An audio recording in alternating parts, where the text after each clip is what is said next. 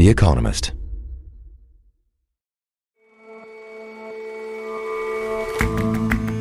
Hello and welcome to The Intelligence from The Economist. I'm your host, Rosie Blore. Every weekday, we provide a fresh perspective on the events shaping your world.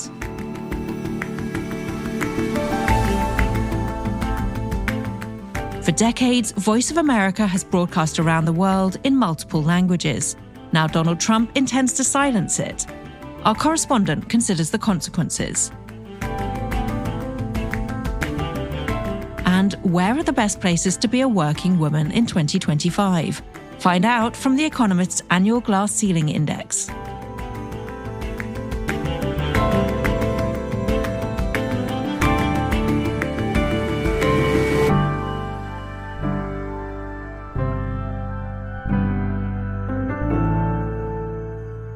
First up, though.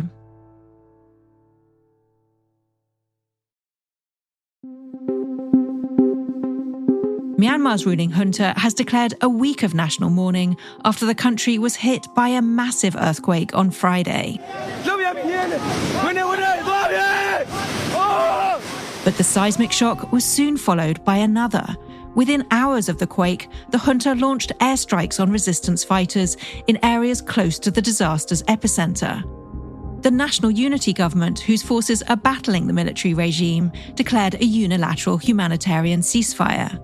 Yet the junta merely intensified its bombing, even in areas where rescue workers are still pulling people out of the rubble.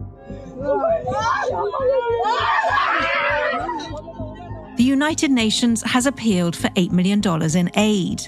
Yet if the junta is determined to exploit the crisis, the challenge the world faces is getting past the regime to the people and places who need it most. It's day 4 after a devastating earthquake hit Myanmar, and time is rapidly running out to pull any remaining survivors out of the rubble. Su-Lin Wong is an Asia correspondent who recently reported our 8-part podcast, Scam Inc.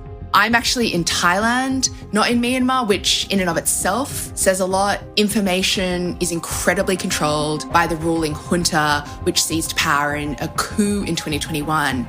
And it has explicitly come out and banned all foreign journalists from going in, and local journalists are working under extreme conditions. It's very, very dangerous for them. So it's actually impossible right now to even assess the true extent of this deadly catastrophe. And Su-Lin, do we know how much capacity the ruling junta has to respond to the earthquake? So Myanmar has never had a particularly strong state, but after the junta seized power, it has really been weakened by a myriad of resistance forces who have risen up and really fought back so that the junta now controls less than half of the country. As a result, all kinds of public services have really, really suffered, not least the hospital system. So many doctors and nurses refuse to work in public hospitals in protest against the regime, and the junta will often shut down or suspend private hospitals if it perceives them to be employing doctors and nurses that are supportive of the civil disobedience movement against the junta. All this means that the hospital system is incredibly weak. Not only does it not have enough health workers, it doesn't even have essential medicines, anesthetics, clean water, enough electricity. So foreign aid is absolutely essential right now. So before we get to international aid, you were talking there about the junta's capacity, but despite all that, it's continuing to bomb resistance forces and strongholds, right? Yeah, and it's not just bombing resistance forces, it's bombing places that it doesn't control. There were reports that rescue workers in Mandalay were approached by military forces, and effectively these groups tried to kidnap them and forcibly conscript them into the military after the earthquake while they were conducting rescue efforts. So all of this tells us that the junta really isn't that focused on trying to save its people. What the junta is really obsessed by is consolidating its power, and it actually views many of its civilians as potential threats to the regime. How is that affecting conditions for aid workers on the ground? So first of all, there's just a real communications blackout. There's a lack of internet access. A lot of phone lines are down, partially because of the earthquake, but partially because the junta has long cut off internet access in areas that it doesn't control. And so what that means is that there hasn't really been a full assessment of the scale of devastation from this earthquake. The death toll stands at 1,700 people, but it's expected to rise higher than that, possibly much higher than that. But we just don't really have much information coming out of the country.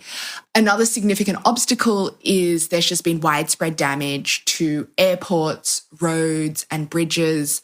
Mandalay, which is the second largest city in Myanmar, was very, very close to the epicenter of the earthquake. And just across the river is the town of Sagaing. And the two settlements are connected by two bridges. Both of those bridges were severely destroyed, which means that supplies are now being ferried over by ferry, which is making rescue efforts incredibly slow. There's also very little information coming out of Sagaing town. There's reports that the stench of corpses is overwhelming, which suggests that the death toll is much, much higher than has been reported. And then beyond the communication blackout and the widespread infrastructure damage, the third thing is that it's very, very unlikely that the junta will allow aid teams to access huge areas of the country that have been hit by the earthquake but are not controlled by the junta. So, for example, just north of Sagaing town is a huge region called Sagaing, which is contested by a myriad of resistance forces. And we have almost no information about what's going on there, and aid workers and relief haven't been allowed to access that part of the country. So, Sulin, it seems like the civil war is going to have a huge impact on how the country recovers from this earthquake. But what impact is the quake going to have on the future of the war?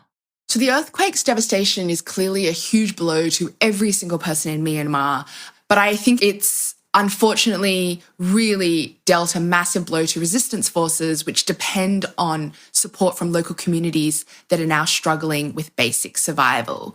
Of course, this natural disaster has been terrible for the junta as well. It's incredibly superstitious and views natural calamities as bad omens. But the reality is that the junta still has a stranglehold over a lot of weapons in Myanmar, over economic resources, and it's the one that is carrying out the vast majority of airstrikes, as we heard even after this earthquake. And so it's very unlikely that we're going to see this earthquake become, an existential threat to the junta's grip on power. If anything, the junta will maneuver and use the earthquake and use the aid that comes in afterwards to try to consolidate its position and fuel aid only to areas that are loyal to the junta. So as the humanitarian crisis deepens, the world actually faces a really, really crucial test, which is, can it find ways to deliver aid to all the victims in Myanmar, even as the junta continues to exploit human suffering across the country for its own control? Sulin, thank you so much for talking to me. Thank you, Rosie.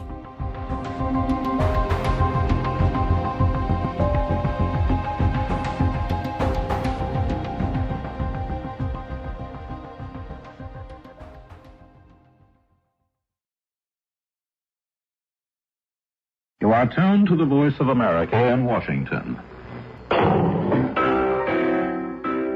Voice of America has broadcast in 48 languages around the world for over 80 years.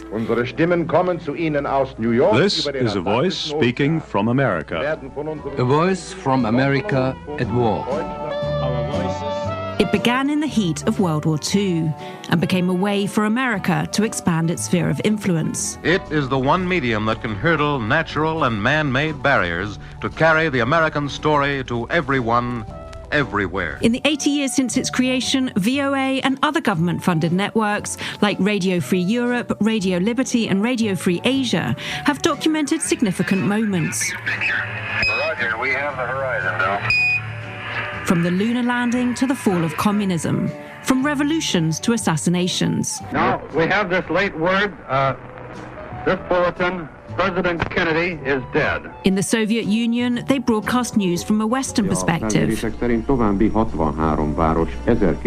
And even today, they're breaking stories in places with tight information controls, like China and North Korea. But now those broadcasts have been silenced. The Trump administration has decided to cut a large number of federally funded broadcasters. Anton LaGuardia is our diplomatic editor. And these are instruments of American soft power that the Trump administration has decided to eliminate to the greatest extent possible legally. But in practice, it has just about stifled them entirely. Anton, we've heard a lot about cuts in America recently. Why is this one worth paying particular attention to? It is in keeping with America cutting back its sources of soft power and influence in the world. So, for example, it's also radically cut back USAID, which was the biggest provider of development aid. It's cutting back various institutions and think tanks. So I think this talks to an administration that doesn't really care much about preserving primacy and influence around the world. Anton, these sorts of broadcasts have been really important in places that didn't have free media themselves. Presumably, they're delighted that these are now being shut. Well, Chinese state propaganda outlets are gloating openly at the demise of these broadcasters, saying they've been cast aside like dirty rags. And one of the Russian ones as well said, look, we've tried for a long time to close down these networks, and now the Americans have done it for us. And how did these outlets come to hold such an important place in the world in the first place? Well, they have slightly different histories, but broadly speaking, they were perceived to have helped to win the Cold War. And when you speak to Eastern European leaders today, they will speak about how they listened to these radio stations, often illicitly, and how they drew strength from them. They both helped to challenge the narratives of then totalitarian governments and communist governments, and reflected news about what was happening in their own countries that they could never get from their own state media. And if you listen to someone like Lech Wałęsa, who is a former president of Poland, he will say that Poland's freedom was won by the Pope and by Radio Free Europe. And people who remember Radio Liberty will remember that Alexander Solzhenitsyn's Gulag Archipelago was published in full first on Radio Liberty. At the same time, the history is not unblemished. So it emerged at some point that a lot of these radio stations were funded by the CIA secretly, which was a scandal at the time and tainted them somewhat. And then the federal government stepped in to provide overt funding as opposed to covert funding. There were also times when they were deemed to have stepped over the line, for example, during the Hungarian Revolution of 56, where it seemed to be going from reporting to incitement. And then there are the perennial questions as to whether the cost of these global broadcasters is worth the money. And it's something that's very difficult to measure, but periodically over the years, in the Senate and elsewhere, people have asked whether they were worth preserving. And why is the Trump administration so against these outlets? I think it's a combination of things. There are people who just want small government, think there should be a lot less federal spending generally. There are people who think that this whole globalism idea, the idea of America as a dominant global power, is passé. And then I think there are people who are waging a culture war, who see federal spending and federal bodies and staff as essentially packed by leftists who use public funding to feather their nest, to give themselves and their friends jobs, and to perpetuate a globalist elite.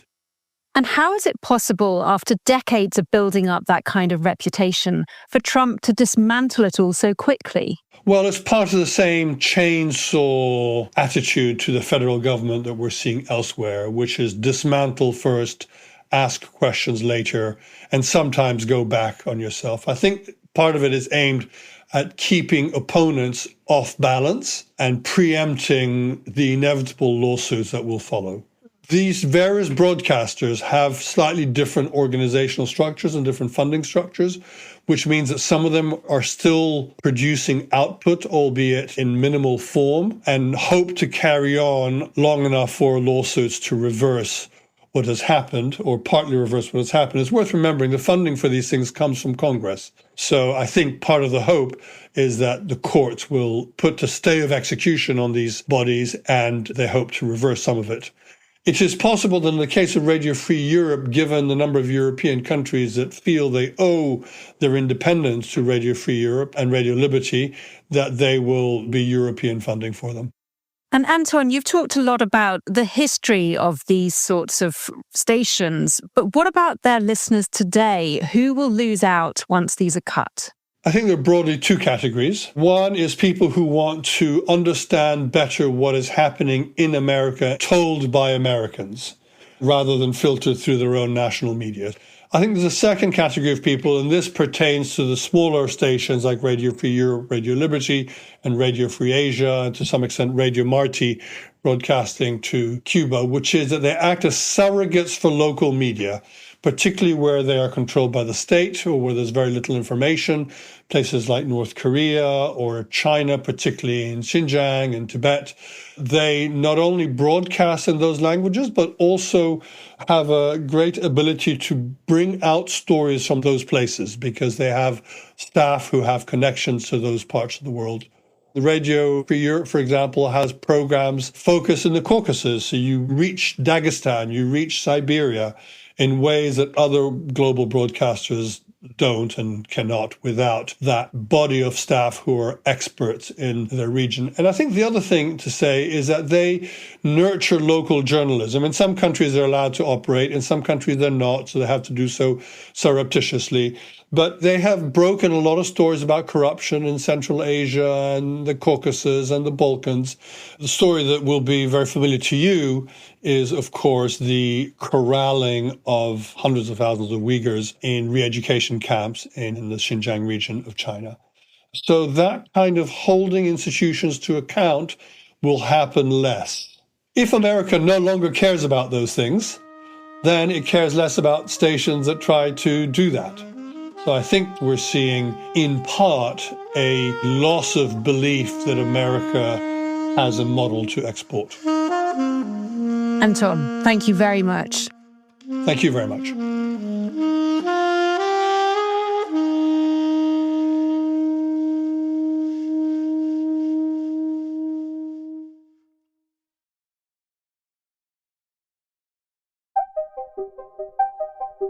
If you're a working woman, your lived experience may be dictated by where in the world you're based.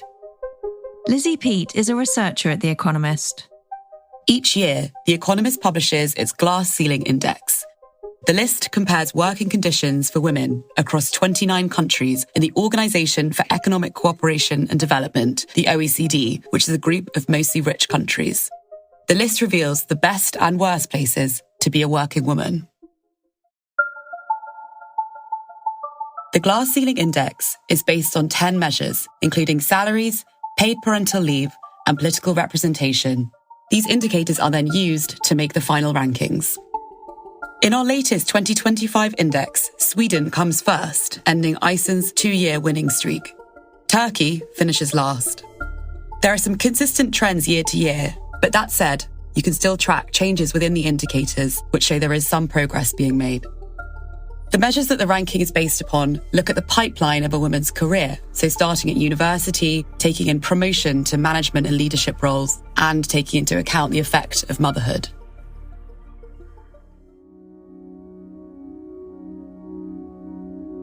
So our starting factor is education. Women across the OECD graduate university at higher rates than men. Last year, as every year, more women had a degree than men, 45% versus 37% of adult women. Despite these trends, labour force participation is lower for women in every nation on the list. The rates of working-age women with jobs varies a lot by country. In Sweden, 82% of adult women work. Iceland, Norway, similarly high percentages. But in Italy, just 58% do. Lower workforce participation hinders career progression, which then affects the gender pay gap. We measure this as a difference between men's and women's salaries at the median income range. Despite many efforts to close it, for example, countries passing pay gap disclosure laws, forcing companies to disclose their gender pay gaps, across the group, this is stuck at 11%.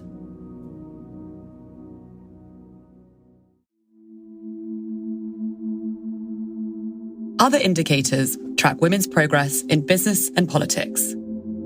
The share of company board seats held by women was up from just 21% in 2016 to 33% today. A similar number of women and men hold board positions in New Zealand, France, and the UK. And women also fill nearly half of managerial positions in Sweden, the US, and Latvia.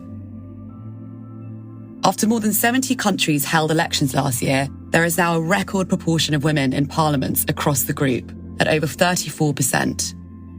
Britain finished 14th overall in the index and did well in the business and politics indicators compared to previous years.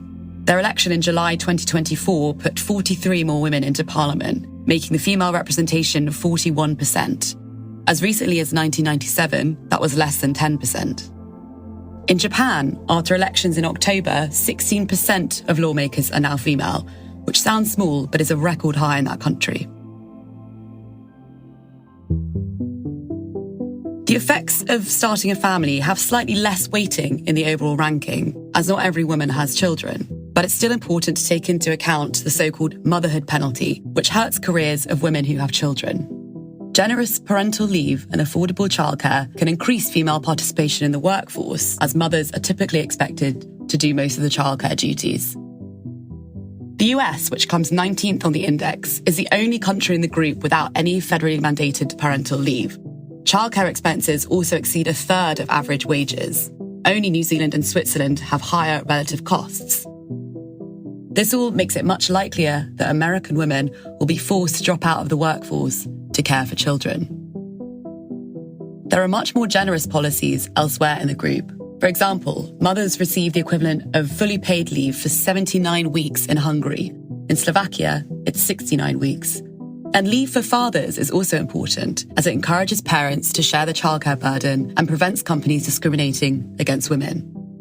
Spain is a major country that has equalised parental leave, so mothers and fathers can take 16 weeks each.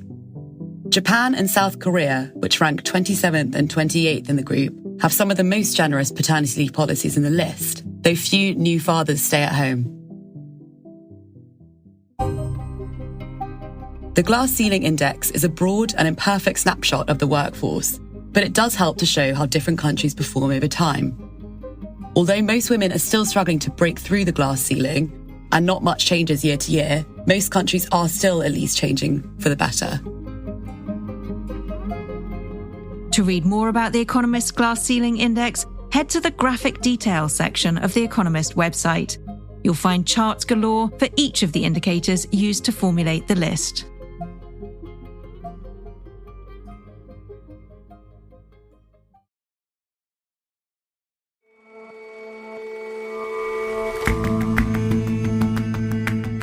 That's it for this episode of The Intelligence. We'll see you back here tomorrow.